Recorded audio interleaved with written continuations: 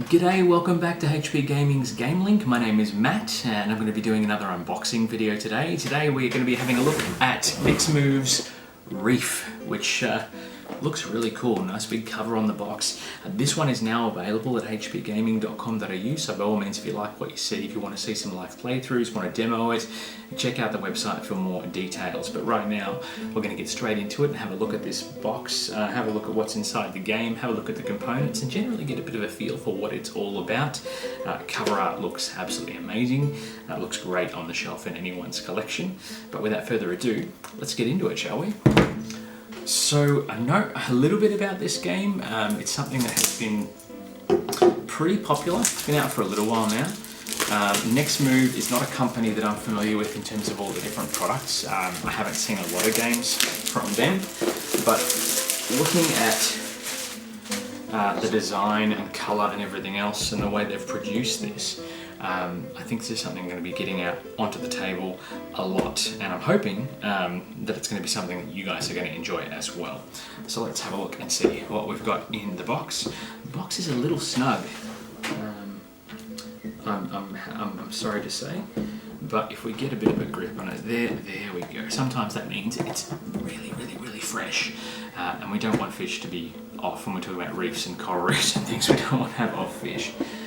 The box is quite sturdy, quite strong. Leave that one here. And what have we got? So I'm trying to do this today with everything facing you guys, so forgive me if I'm doing things a bit upside down. We have got what looks like a rules leaflet, and I do mean leaflet. It's literally that glorious cover art there, the interior about the game, and that's it. That's literally all there is to it, which is kind of simple. We kind of like things as simple. From what I understand, you get your own player board, you get some tokens, reef tiles, you build the reef, and if you match patterns you earn points. Person with the most points wins. It's pretty straightforward from what I understand. Here we go, we've got some punch board tiles. So this looks like a player board and a set of different scoring markers and things as well. Looks like you can get more than 20 points in a game. I do like it when scores get right up there rather than games where you'll play and score maybe 17 points for the game.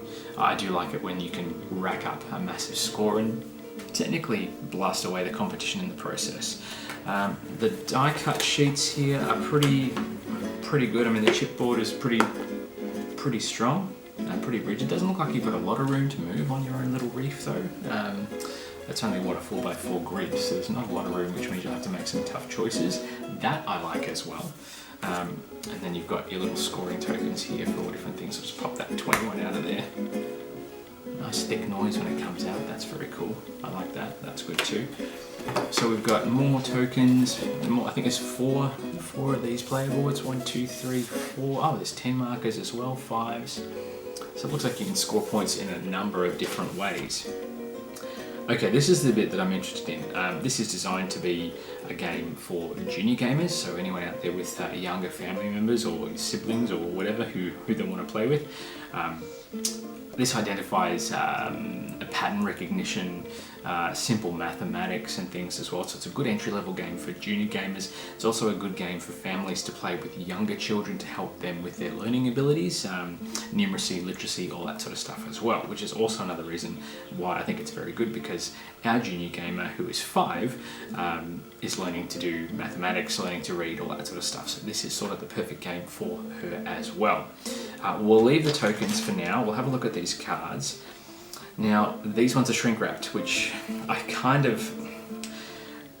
Yes, it means they're all intact, but they're an absolute pain to get into. You need one of these to get into the game, and obviously you only do it once.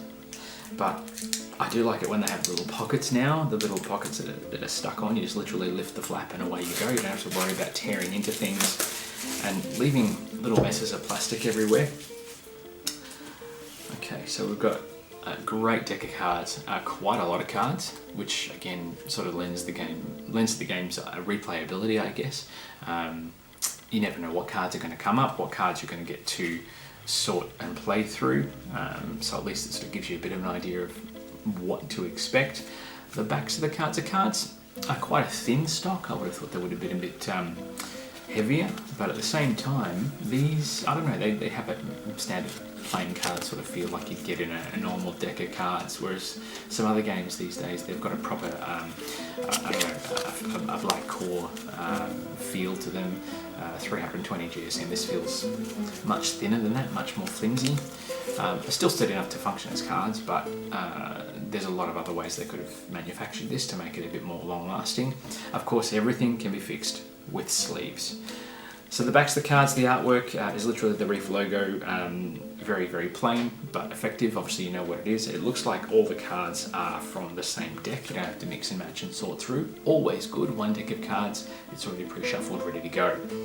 The other side of the cards have these little coral markers and also how to place them on your board, along with what looks like a point score in the bottom corner.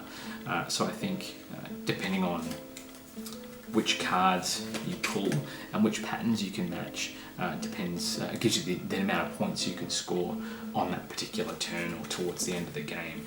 And there are quite literally heaps and heaps and heaps of these. There are so many different options that are available to build your reef. Now, the coral itself, let's have a look. There's red, yellow coral, purple, always a nice colour choice, and green. And it looks like these can be stackable. Let's have a look. So we'll go purple. We'll try and get a look at one of each. But purple's our sort of family's favourite colour. These are plastic, not wood.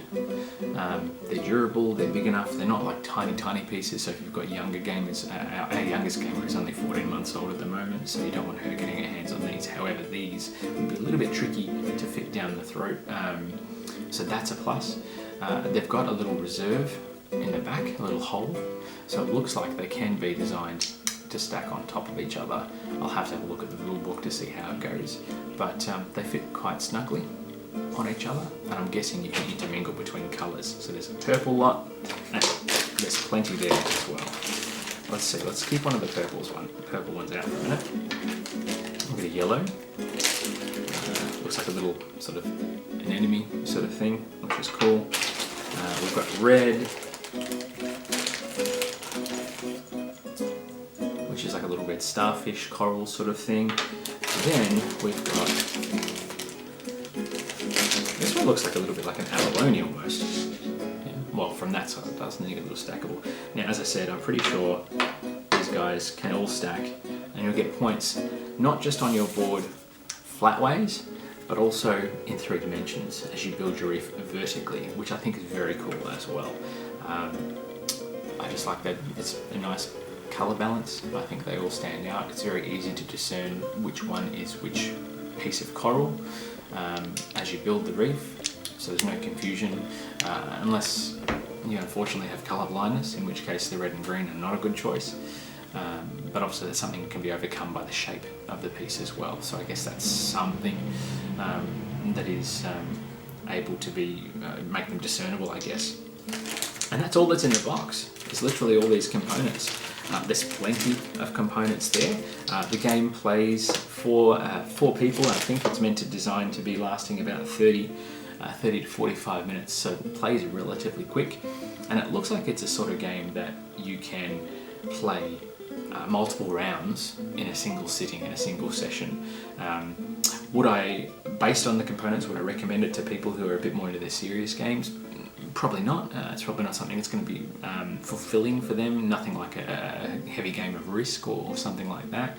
But as a filler game, in between rounds, in between a massive deck building game or something like that, it's probably something that would fit that little niche. Great for families as well, as families sit around the table. I think that's where this game lives. What we will do is we will probably have a look at this with our junior gamer and see what she thinks about it. She'll give her verdict, and that'll sort of give us an indication as well of how it sort of plays If you like, as I said, you will find more information on hbgaming.com.au. We ship nationwide all across Australia, so by all means jump on. If you like the look of how Reef might be a good addition to your growing family's game collection, by all means jump online, get to the table, have fun, and we'll see you next time for our next video next week. Thank you very much. Bye for now.